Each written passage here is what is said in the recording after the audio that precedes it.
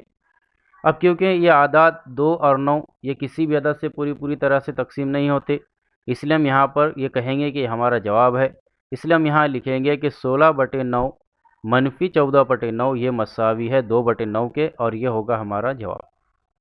اسی طرح سے پھر سے ایک اور ہم دوسری مثال کا مشاہدہ کرتے ہیں۔ فرض کیجئے کہ ہمیں دو ناطق اعداد دیے گئے ہیں 25/17 اور 30/17، جس میں ہمیں 25/17 اس ناطق عدد میں سے 30/17 اس ناطق عدد کو تفریق کرنا ہے۔ پھر سے اگر ہم ان دو ناطق اعداد کو مشاہدہ کریں تو دونوں کے نصب نما مساوی ہے، یعنی 17 ہے۔ پھر ہم وہی عمل دہرائیں گے تو یہ ہو جائے گا مساوی 25 منفی 30/17، یعنی ہم یہاں پر شمار کنندہ میں سے شمار کنندہ کو تفریق کریں گے۔ اب کیونکہ یہاں پر 25 یہ عدد 30 عدد سے چھوٹا ہے، 25 میں سے 30 تفریق نہیں ہوتے، تو ہم یہاں پر 30 میں سے 25 کو تفریق کریں گے اور یہاں لگائیں گے منفی کا نشان، اس لیے ہو جائے گا مساوی منفی 5، یعنی 30 میں سے 25 گئے تو بچے 5/17۔ اب کیونکہ 5 اور 17 دونوں بھی اعداد کسی بھی عدد سے پوری طرح سے تقسیم نہیں ہوتے، اس لیے ہم یہ کہیں گے کہ منفی 5/17 ہمارا جواب ہے۔ اس لیے ہم یہاں لکھیں گے 25/17 منفی 30/17 یہ مساوی ہے 5/17، اور یہ ہوگا ہمارا جواب۔ اسی طرح سے ہم ایک اور مثال کا مشاہدہ کرتے ہیں۔ فرض کیجئے کہ ہمیں دو ناطق اعداد دیے گئے ہیں 9/7، جس میں سے ہمیں تفریق کرنا ہے دوسرے ناطق اعداد 8/5 کو۔ اب اگر ہم یہاں پر ان دو ناطق اعداد کا مشاہدہ کریں تو دونوں کے نصب نما مختلف ہے، اس لیے یہاں ہم وہی اس سے پہلے جس طرح سے ہم نے ترچی ضرب کا استعمال کیے تھے ناطق اعداد کی جمع میں، وہی عمل ہم یہاں دہرائیں گے۔ فرق صرف علامت کا ہوگا، پہلے ناطق اعداد کی جمع میں ہم نے ان کے درمیان جمع کی علامت لگائے تھے، یہاں پر ہم تفریق کی علامت لگائیں گے۔ اس لیے یہاں پر ہم پہلے ناطق عدد 9/7 اس کے شمار کنندہ موجود عدد 9 سے دوسرے ناطق عدد 8/5 اس کے نصب نما میں موجود عدد 5 کو ضرب کریں گے، یعنی ہم تیر کے نشان سے اس طرح سے ظاہر کریں گے، یعنی ہم یہاں پر 9 کی ضرب کریں گے 5 سے، اس لیے ہم یہاں لکھیں گے 9 ضرب 5۔ اب کیونکہ ان دو ناطق اعداد کے درمیان تفریق کی علامت ہے، عمل تفریق کا ہو رہا ہے، اس لیے ہم یہاں پر ایک مرتبہ تفریق کی علامت لگائیں گے۔ پھر یہاں پر پہلے ناطق عدد کے نصب نما موجود عدد 7 سے دوسرے ناطق عدد کے شمار کنندہ موجود عدد 8 کی ضرب کریں گے، یعنی ہم اس طرح سے تیر کا نشان لگائیں گے، یعنی 7 کی ضرب ہم کریں گے 8 سے، اس لیے ہم یہاں لکھیں گے 8 ضرب 7۔ اب کیونکہ یہ دونوں ناطق اعداد کسر کی صورت میں ہے، اس لیے ہم یہاں پر بٹے کا نشان لگائیں گے۔ پھر ہم دونوں ناطق اعداد کے نصب نما موجود اعداد کی ضرب کریں گے، جسے ہم نے اس طرح سے ظاہر کیا ہے، یعنی ہم یہاں پر ضرب کریں گے 7 کی 5 سے، اس لیے ہم لکھیں گے 7 ضرب 5۔ پھر یہاں پر ہمیں ایک نئی اسٹیپ حاصل ہوئی، اس لیے ہم اسے لکھیں گے مساوی۔ اب 9 اور 5 کی ہم ضرب کریں گے تو حاصل ہوگا 45، پھر تفریق کی علامت جیسی کی ویسی، پھر 8 اور 7 کی ضرب کریں گے تو ہمیں حاصل ہوگا 56، پھر یہاں پر بٹے کا نشان اور نیچے 7 اور 5 کی ضرب کریں گے تو ہمیں حاصل ہوگا 35۔ اب کیونکہ یہاں پر شمار کنندہ میں 45 میں سے 56 اس عدد کو تفریق کرنا ہے، 45 یہ عدد 56 سے چھوٹا ہے، 45 میں سے 56 عدد تفریق نہیں ہوتے، اس لیے ہم 56 میں سے 45 کو تفریق کریں گے تو ہمیں حاصل ہوگا 11، پھر بٹے کا نشان اور نصب نما 35 جیسا کہ ویسا۔ لیکن کیونکہ ہم نے یہاں پر چھوٹے عدد میں سے بڑے عدد کو تفریق کیا ہے تو یہاں علامت بڑے عدد کے ساتھ والی لگیں گی، اس لیے ہم یہاں پر منفی کی علامت لگائیں گے۔ اس طرح سے ہمیں منفی 11/35 حاصل ہوتا ہے۔ اب کیونکہ 11 اور 35 یہ دونوں بھی اعداد کسی بھی عدد سے پوری طرح سے تقسیم نہیں ہوتے، اس لیے ہم یہاں پر لکھیں گے 9/7 منفی 8/5 مساوی ہے منفی 11/35 کے، یعنی 9/7 میں سے اگر 8/5 اس عدد کو تفریق کرے تو ہمیں منفی 11/35 عدد حاصل ہوتا ہے۔ اس طرح سے آج ہم نے ناطق اعداد کی تفریق اس عنوان کو سمجھا۔ اگلے ویڈیو میں ہم ناطق اعداد کی ضرب اور ناطق اعداد کی تقسیم ان عنوان کو سمجھیں گے۔